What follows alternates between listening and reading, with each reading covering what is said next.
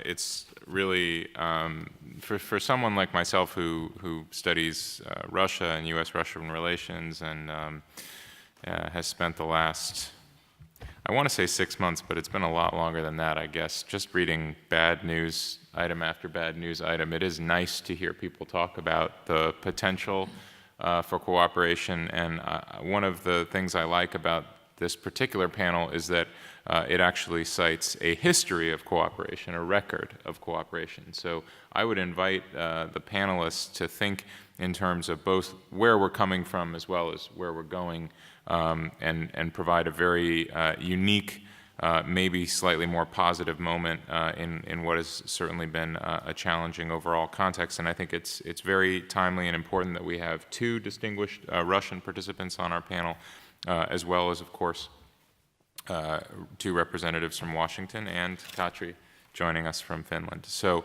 we're going to slightly change the order on the program just because of time constraints and changing time. So what I'll do is go first to Mr. Young, and I'm going to ask each of the panelists, if you can, to keep it relatively compact so we can stay to a 45 or 50-minute panel, please. I hope this is on. Is it on? So the light doesn't, you know, congressmen are funny. If the light doesn't show up, they really don't know what they're doing. First, thank you for this forum. I want to thank the Wilson Center. I'm in awe. It's the first time I've been here. It's huge. Believe me, if you're parked in the garage, it's huger.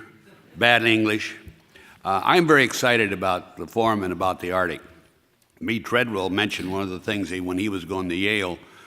He came back because he visited Alaska, working with the governor at that time, and decided to get his degree in the law of the sea, the Arctic, and the future, the vision of the Arctic. And I compliment him on that. I have some of my good friends from Barrow Inuits here. I deeply appreciate your being here. I am the only congressman that lives above the Arctic Circle. I'm quite proud of that. My area is as cold as it can get in the world, probably 79 below zero one time. That's what you call finger-dropping cold. This is an exciting time, and I'd like to suggest that even during the Cold War, Alaska, my Alaskan Aboriginal people and Russia got along well. We got along well. There was a feeling of working together in a harsh climate. That still exists today. And I agree with the moderator. The news we have is not good. It's really promoted by the national media. And Russia is looked upon by the national media, and why I don't know, as our enemy. Maybe it's because it comes out of Moscow and it comes out of Washington, D.C. Maybe it's not knowledgeable about the Arctic. The Arctic is the future of the globe. It's where 31 known minerals we have today exist and have been locked up all this time. It's where most of the fossil fuels exist, is in the Arctic. It is where the transportation corridor exists and will exist in a better style later on. It is the future. Now, I sometimes have strange dreams, but I actually dreamt of creating a new nation. I told you this would be a little off the wall.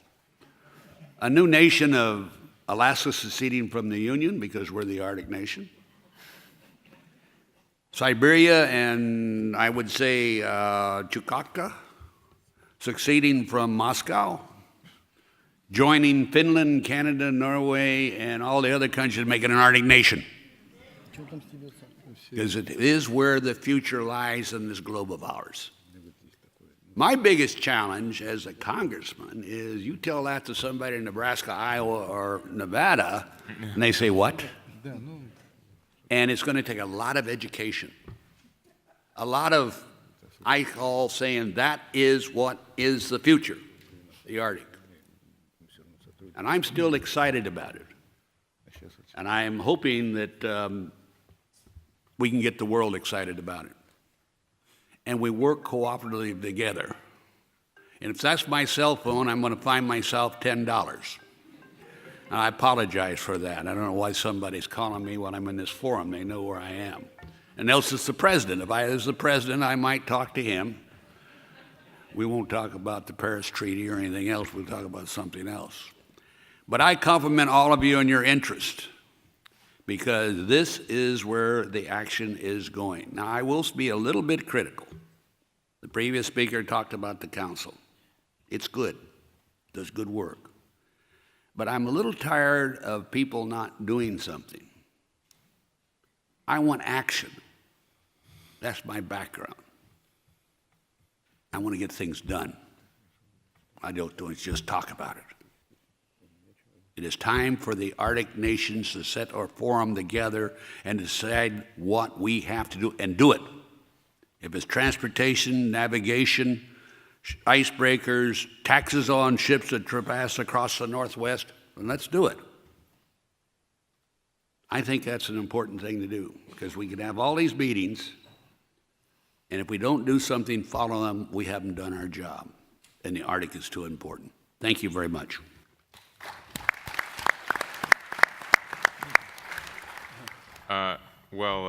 Thank you so much, Mr. Young. I wonder, your proposal to secede from the United States and then join with regions of several other countries might need to be investigated by your colleagues on the Hill. I think they have a procedure for that nowadays. I will tell you, truthfully, I've been investigated for a long time. They still haven't found anything. So speaking of getting as far away from Washington and Moscow as possible, we have Mr. Karlov joining us from Sakhalin. So please. Yes. Здравствуйте, и разрешите мне несколько слов сказать более в практической плоскости в заявленной секции. Good morning. Allow me to say a few words in a practical scale, so to speak, on the subject declared.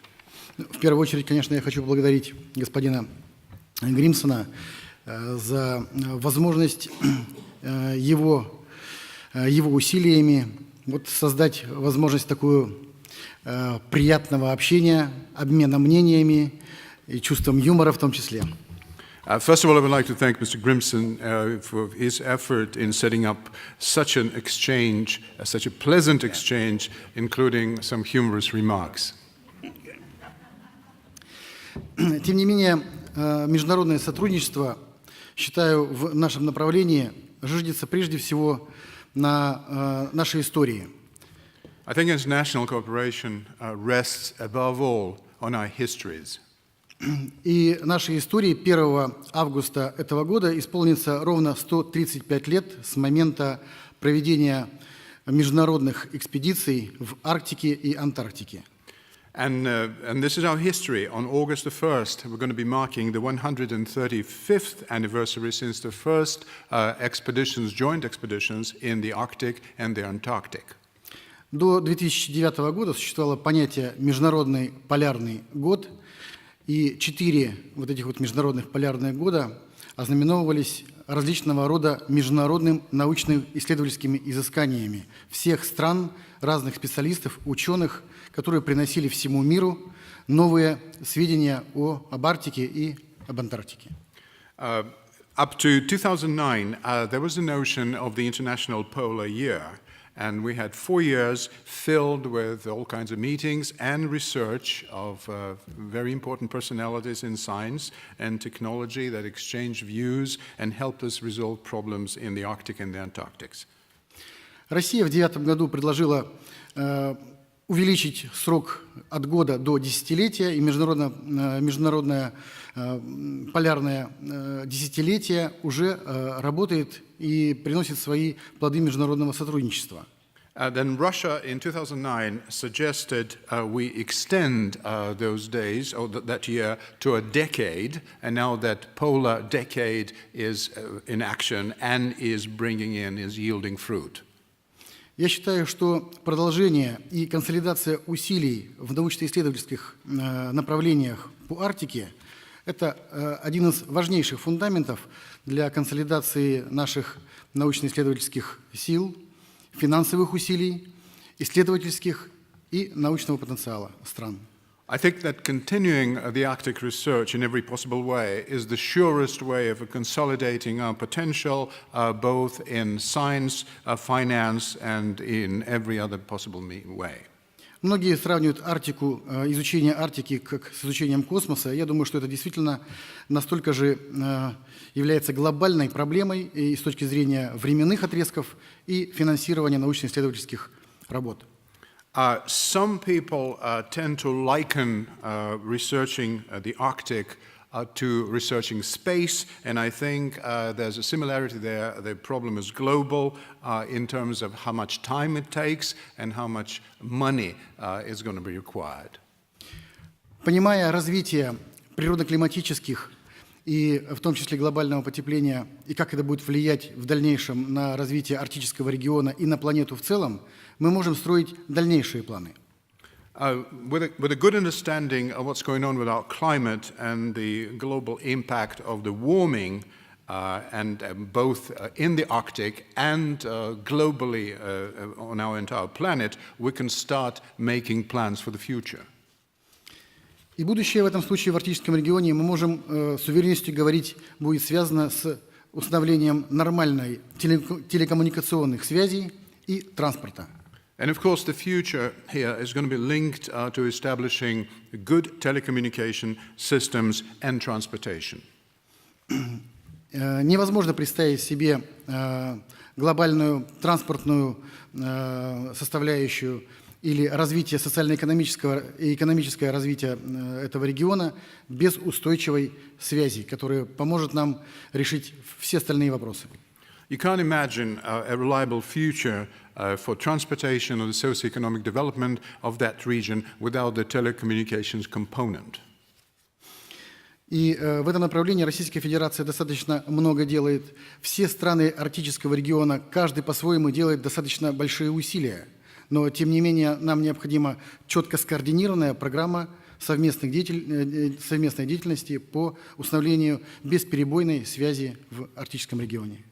The Russian Federation has been doing a lot in that area, and so have the other countries of the Arctic region. They've been making an effort there, but we still need a coordinated program that could ensure that we do have uninterrupted communications in that area.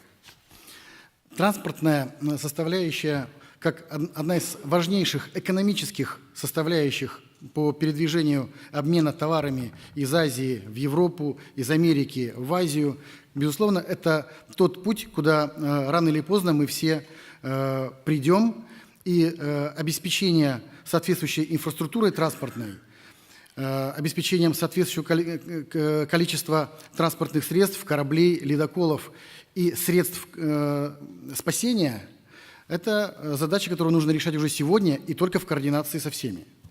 And of course, another extremely important component is transportation, and transportation, and we're going to get there. We're going to create it, but what we need there is infrastructure for the transportation, and I mean icebreakers, ships, equipment to rescue, and that can only be possible in coordination and cooperation with other countries. Именно после этого мы сможем перейти к полноценному освоению арктических природных запасов, в том числе водно-биологических ресурсов, энергетических ресурсов и прочих экономических выгод по развитию Арктики. It's only after establishing that infrastructure that we can go on to using to our benefit the natural resources, and that includes water, biological resources, energy, that could yield great results for everyone. Ни одна из этих трех задач невозможно будет к решению одной из стран арктического региона. Только в кооперации все вместе мы сможем в достаточно понятный определенный период времени, в разумные ресурсные возможности и использованием потенциала научного, в том числе и предпринимательского потенциала наших стран, мы сможем эффективно в обозримом абсолютно будущем войти в Арктику как не чужие люди. None of those three tasks can be done single-handedly by just one country. That can be achieved only in cooperation and collaboration between and among various countries. And in that case, we could establish a clear time frame for those efforts, reasonable resources that are going to be required, involving the scientific potential and the potential of the private sector. And we should be talking, in that case, if we manage to do all of that, we could be talking about developing the Arctic in a foreseeable future. В заключение я хочу привести цитату моего друга, коллеги Челенгарова Артура Николаевича. И, кстати, вручить письмо мистеру Гримсону от него. In closing, I would like to quote my friend, my colleague in the parliament, Russian parliament, Artur Chelengarov, and actually pass on a letter from Mr. Chelengarov to Mr. Grimson. Сотрудничество в Арктике – это образец добрососедской, стабильной и предсказуемой политики. Cooperation in the Arctic is an example of friendly or good neighborly and stable relationship between countries. Мы должны сделать все, что для нас возможное, чтобы распространить дух дружбы и сотрудничества, как свойственно полярникам в целом, во все возможные другие наши стороны сотрудничества. We should do our best in order to spread the spirit of cooperation and friendliness, as the polar researchers usually do, to all possible areas and ways of our cooperation. Thank you for your attention.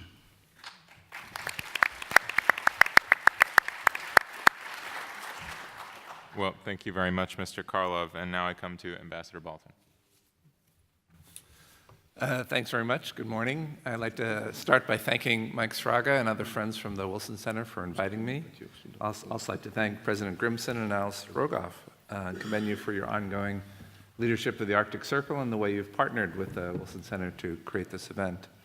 And finally, I want to thank the government of Finland, Ambassador Kauppi. It's such a comfort to me to know that the Arctic Council is in such good hands now that the U.S. chairmanship has drawn to an end.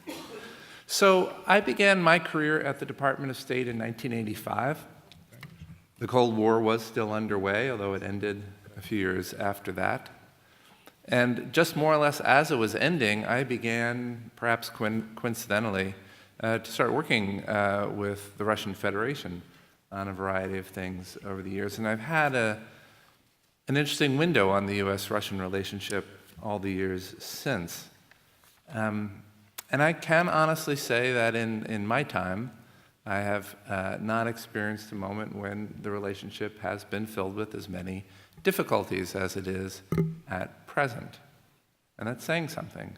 I'd also say it's also one of the more peculiar times in the relationship in any number of ways. And yet, as other speakers have pointed out, and I too point out, it seems as though the Arctic is an exception. The United States and Russia, I would say Russia and all the other nations in the Arctic have found ways to continue to cooperate in the Arctic, particularly, but not only through the Arctic Council, despite the difficulties on other issues and relating to other parts of the world. And so I'd like to highlight a few examples of that cooperation, but then ask perhaps a more important question: why? Why has it been possible to continue to cooperate in the Arctic in these times? So my last 10 years or so, I focused quite a lot on the Arctic Council. Senator Murkowski mentioned that the recent agreement signed in Fairbanks on scientific cooperation was produced through a process co-chaired by the U.S. and Russia, and that is true. She didn't mention, but is also true, that the first two binding agreements to come through the Arctic Council process, one on search and rescue and one on oil pollution preparedness and response, were also co-chaired by the United States and Russia. In the case of the oil pollution agreement, also by Norway. But it does demonstrate that our two countries, the United States and Russia, have been leading on at least these types of issues. And more broadly, through the last 2 years of the U.S. chairmanship, I can tell you firsthand that the success of the U.S. chairmanship, and I do think it was successful, could not have been achieved without the active and willing cooperation from Russia and, of course, all other members. It's not that everybody agreed on everything at the outset, but there was an authentic and sincere desire to work hard to find common ground and to resolve differences. Outside the Arctic Council as well, I've been working with colleagues from Russia on issues relating to the Bering Sea and polar bears, as was mentioned earlier. Russia and some other countries signed in 2015 a declaration relating to Arctic fisheries, and we are, at the moment, still in negotiation toward a possible agreement on Arctic fisheries. Again, signs of strong cooperation. Why? Why is this possible today when so many other things seem so difficult? And I think it is mostly that we have common interests in the Arctic. And first and foremost, we want the Arctic to remain a stable, peaceful, rule-based part of the world. It is that today. When you think of other parts of the world that are subject to armed conflict, terrorism, forced migration, narco-trafficking, or other trafficking in humans, hardly any of that occurs in the Arctic today, and frankly, I think it's a low-threat region for those sorts of things. It's not that the Arctic is without its challenges, it is, but those challenges are primarily socioeconomic and environmental. And the nations of and the peoples of the Arctic need a stable, peaceful, rules-based environment in which to try to address these things. And we need each other. We need to share each other's science and best practices. On search and rescue, as has been mentioned, we need each other. If problems, as almost certainly will happen, incidents occur in the Arctic, we need to cooperate to address them. Oil pollution and other pollution, again, no one nation can work on this successfully alone. Yes, we need each other. There was a question this morning about whether there's any serious sovereignty in dispute in the Arctic, and the answer is no. The national boundaries are all well established. Yeah, there's one small island that both Canada and Denmark claim, but I'd say that's very well managed and not really a dispute at all. There are a few maritime boundaries, including between the US and Canada, that are not resolved, but I wouldn't call that a dispute as such. It is something we're still working on. There are efforts to delineate the outer limits of the continental shelves in the Arctic, but that is too proceeding under the rules set by the Law of the Sea Convention in a peaceful and orderly way. And so we need each other to keep the Arctic stable in order to address the real problems there, and I think that helps to account for why we are able to continue to cooperate despite difficulties elsewhere. Thank you. Thank you very much, Ambassador Balton. I'll go now to Professor Kudryashova. Thank you very much, dear hosts, dear organizers and colleagues. First of all, I would like to say thank you very much for the opportunity to speak at the session and discuss cooperation perspectives in the light of the US-Russian relationship in the Arctic. Well, I'm representative here, the Northern Arctic Federal University, the biggest higher educational institutions in the Arctic zone of Russian Federation. The city of Arkhangelsk, where the university is located, was founded in the 16th century as the first Russian trade seaport and has been always famous by its international connections. A new impulse to the international cooperation was done in the 90s, where the Barents Euro-Arctic region was established and the institutions and people in the region started to cooperate across the borders. The Russian national policy in Arctic research and education takes its point of departure in a number of state documents. And the main one, the basic principles of state policy in the Arctic. The main fields of the Russian Arctic zone development have been taken by many universities as a part of their institutional strategy to respond to major challenges in connection with the Arctic investigation. The number of programs with the Arctic content and a number of enrolled students is increasing in Russian academia now. The universities in Russia respond to their needs to train high-skilled specialists for such areas as construction and petroleum engineering, mining, environmental and resource management, transport infrastructure, shipbuilding, and marine technologies. The Northern Arctic Federal University, as an Arctic university in Russia, defined its mission to create a system of continuous education through the integration of business, science, and industry to reflect needs of the Russian Arctic. The university trains its students in the areas of engineering and technology, life science and math, social sciences and humanities, providing a high-level education on a bachelor, master, and PhD level. It's very important for the university to give opportunities for scholars to do a field work in high latitudes.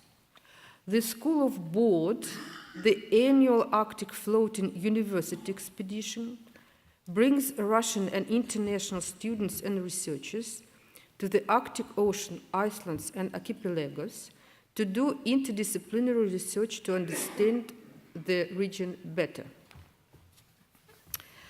The complexity of tasks in the Arctic require integration and collaboration.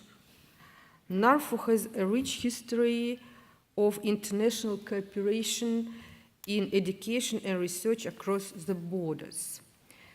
The tool of networking is very important both in national and international context. More than 30 Russian institutions have been united within the National Arctic Research and Educational Consortium, provide advanced research on the Arctic. A very important instrument to develop cooperation between Russian and American higher educational institutions and research centers is the University of the Arctic, the biggest international networking organizations in this field. Your Arctic shared infrastructure educates students of the North and develop interdisciplinary knowledge on the region. By the way, two U-Arctic Vice President, Marina Kalinina from NARFO and Mike Castellini from the University of Alaska Fairbanks are taking part in this conference today, as well as one of the conference organizers, Dr. Mike Sfrager, as co-lead of the U-Arctic Institute of Circumpolar Policy. We have a lot of good examples of joint projects between Russian and American universities. The cooperation hasn't been stopped at a time of political tensions, remaining an area of dialogue between professionals in academic area.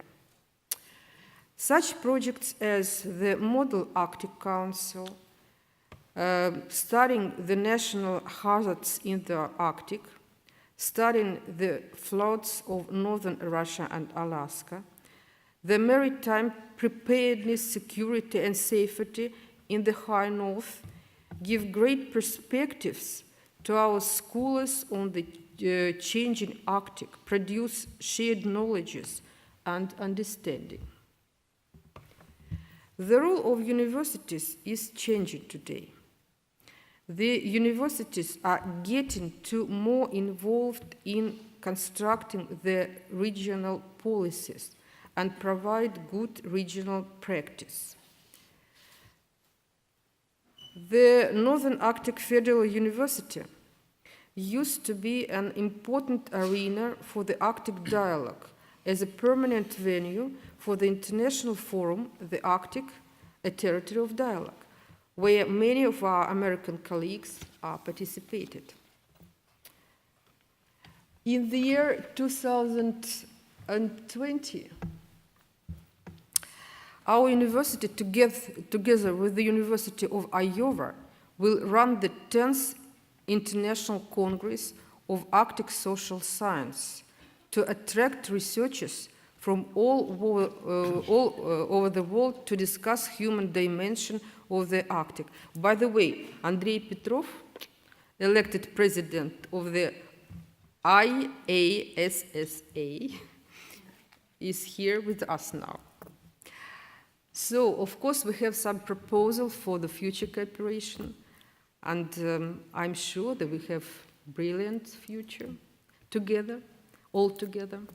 And thank you for your attention. We are very open for the constructive work together.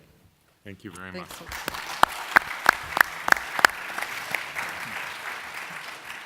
Katri. Thank you. Ladies and gentlemen, dear colleagues, let me start by thanking the Wilson Center and the Arctic Circle representatives for arranging this event. I must say that seldom is the timing and the venue for discussions like this as crucial as it is today. These two topics, Arctic and the relations between Russia and the US, have produced thousands of column millimeters in the press and hours of prime-time debates, especially the later one.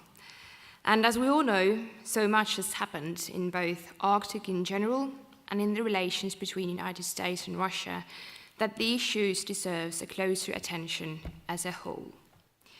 This is important because the Arctic cooperation has been one of the few fields where all the countries have had shared understanding about the benefits of working together. I would go even so far to describe this cooperation as a value in itself. This is important because we know that if we want to save the Arctic, we need the Arctic countries to cooperate. But right now, we are in a situation where we seem to be lacking the trust to continue in an open and constructive manner. Many practical solutions we have managed to gain in the field of Arctic cooperation, the SAR agreement and decisions to cut back emissions, would now seem impossible to reach. This is no way to proceed with. Without trust, we lack the way forward. So, what do we do?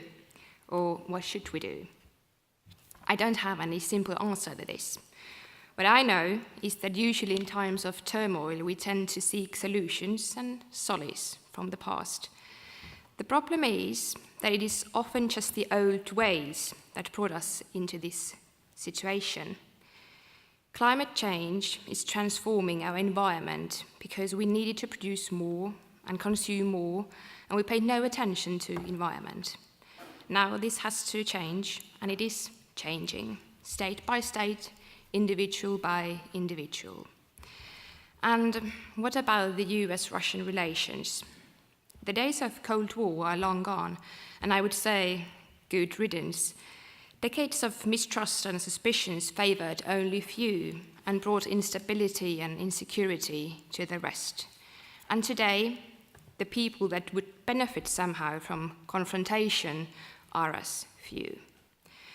I recognize that there are many issues where Russia and the United States does not look each other eye to eye, but Arctic is one where they should, and we all should.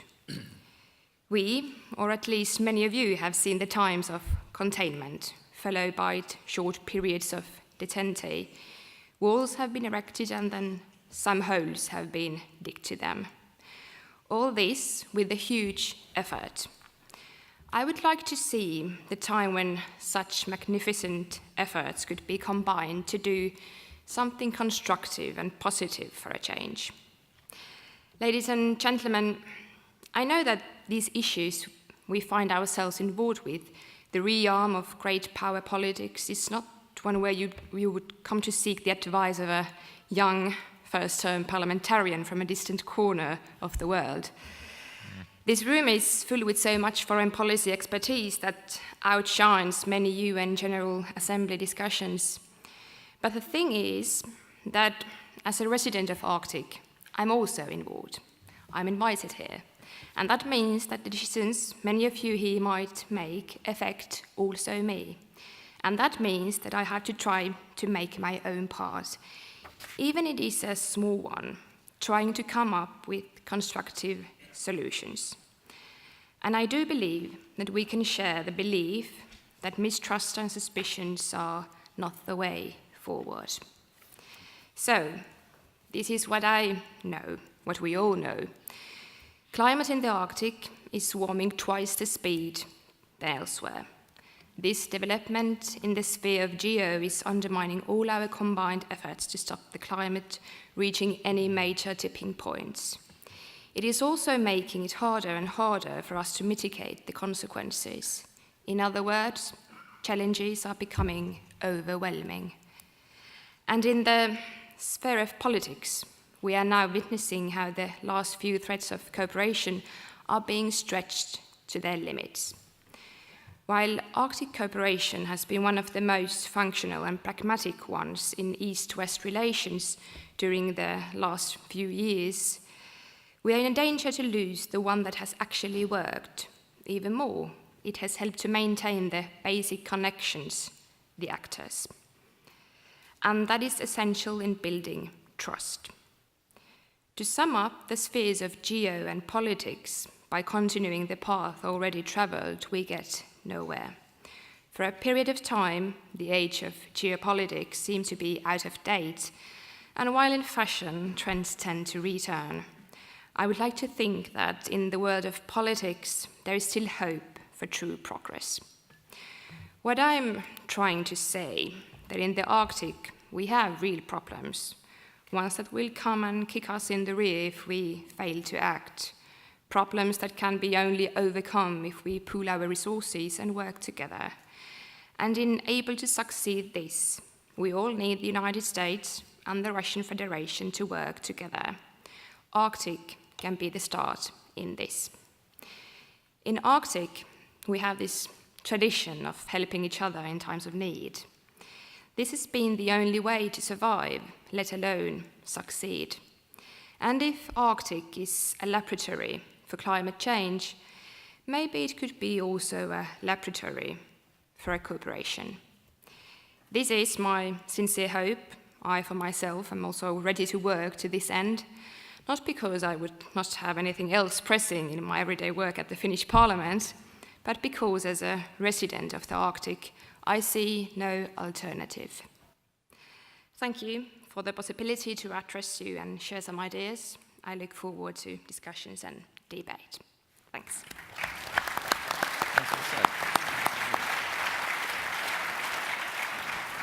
All right, so we are behind schedule, but I think, unless I'm overruled by the organizers, we can take about 10 minutes now for some questions and answers. I want to just put one out on the table, but please raise your hands, and I think we can, or go to the microphones, I guess, and I think we can take questions from the audience as well, and maybe then give the panel a chance to answer them all together. Katri, I want to take off on your message, because, of course, this is a panel which has focused on a record of relative success. I say relative because, as Ambassador Balton pointed out, it's a bad time, and yet this is an area where we have done some things that defy that trend. You talked about a tradition of relying on one another. Well, I'm an analyst of the U.S.-Russia relationship. I try to develop theories to explain both what has happened and then to project what we can do going forward. So I have an analytical question for all of you, which is why, not why should it work in the Arctic, why does it work in the Arctic? Why don't our conflicts in other areas automatically bleed into the Arctic, and what can we learn from that mechanism, whatever it is, that we can apply? Let me put that out there and think about it, and then let's go, if we can, and take another couple of questions. The gentleman here. My name is Peter Humphrey. I'm an intelligence analyst and a former diplomat. One thing that rarely, if ever, comes up at these conferences is the methane clathrate resource, which is a huge, absolutely enormous energy resource waiting for us at the end of this century or perhaps into the next. And I see zero collaboration either on the research side or the engineering side as to how to explore this resource. And I wonder if perhaps the Arctic Council could take a more aggressive, forward-looking approach to methane clathrates, to organize research and to think about not only where the resource is, but how it might be exploited, and most importantly, what environmental standards can we establish right now before any of this gets started. Okay, great. And we'll take the gentleman behind you. Go ahead. Yes, I'm Russell King. I'll direct this question to MP Kulmuni. I understand, I thought I heard that Finland manufactures icebreakers, and whether they do or not, I'm sure Finland uses icebreakers. So could you tell me basically what shipbuilders are the most competitive internationally for icebreakers, and anything you know about the production of icebreakers? Okay, so we've got 3 questions on the table, and what I suggest is we just give everyone on the panel a chance to answer those 3 questions and offer a final comment if they'd like to do so. I address the icebreaker. We have the capability in the United States to build the best icebreakers in the world. We just don't and have not spent the money from Congress. We're working on that now. I expect to see money for one. But in the meantime, Finland is the finest builder of icebreakers. Russia will disagree with me. But the fact of the matter, both of them build very good icebreakers. And we're just behind. Very frankly, the United States is behind.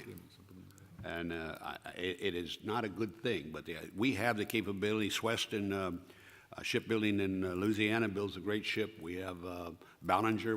I can name all the different shipyards that could build a great icebreaker. It's just, frankly, we're not in a country that the government does it, and we have not provided the money. Well, perhaps I'd address your question most specifically, and I tried to say a word or two about this in my opening remarks.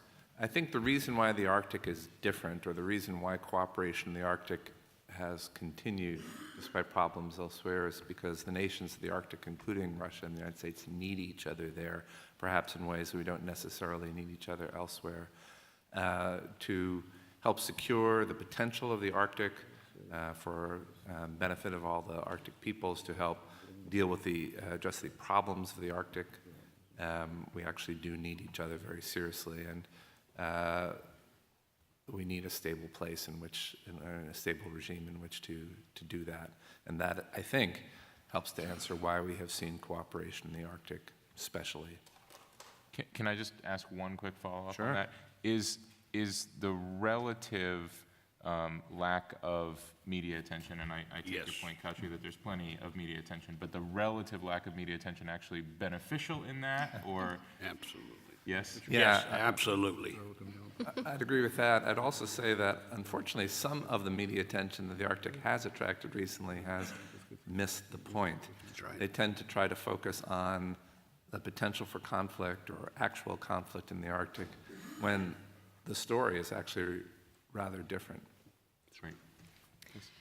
Yeah, I could actually comment briefly on the 3 points. Well, I try to say that as Arctic cooperation has been so successful, so hopefully it could be also a model and example for other fields, that how in a different sphere of times still the cooperation always works, because it's so crucial, not only for the Arctic, but as a whole globe, as we've heard. Then about the first audience question related to methane and environmental research, I guess all the groups are doing very important research and academic field of research, and what the universities have been talking here. While Finland is now chairing the Arctic Council, one of our top priorities is environmental protection and combat of climate change. So it's very high prioritized in Arctic cooperation, has been always. And for the third question, well, usually Finn says that we make 60% of the icebreakers, and we do all the good ones. So we have all the line from the planning and research and infrastructure, and here's our CEO of Arctia, Mr. Tero Vauraste, so please continue discussions with him likewise if politicians are unreliable to trust, so. Thank you. Professor Kudryashova. Well, I would like to say just a few words why the Arctic is a territory of peace and cooperation, collaboration. If we go to the history of this region, we couldn't find any examples of big conflicts, particularly military conflicts. But in the other way, last year, for example, all of us jointly celebrated our cooperation during the Second World War and the 75th anniversary of Northern Convoys. This is a wonderful example of our cooperation in a very tough time in the Second World War. And this is maybe a joke, but in the warm climate, we can live alone and be alive in this warm climate.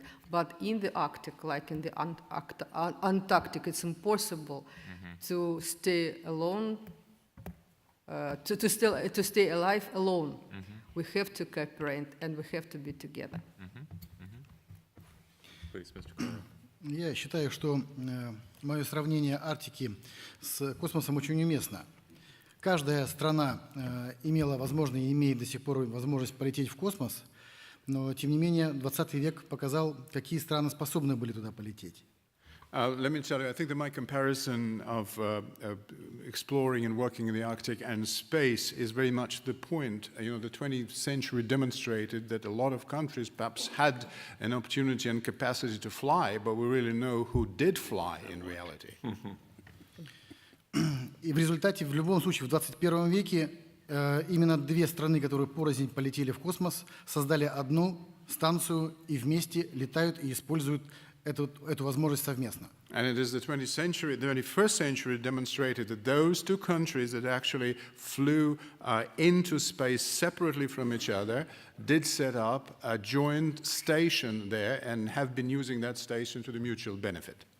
Именно эта практика может и должна быть применена к вопросу развития, изучения и экономического процветания арктического региона в целом. Только вместе.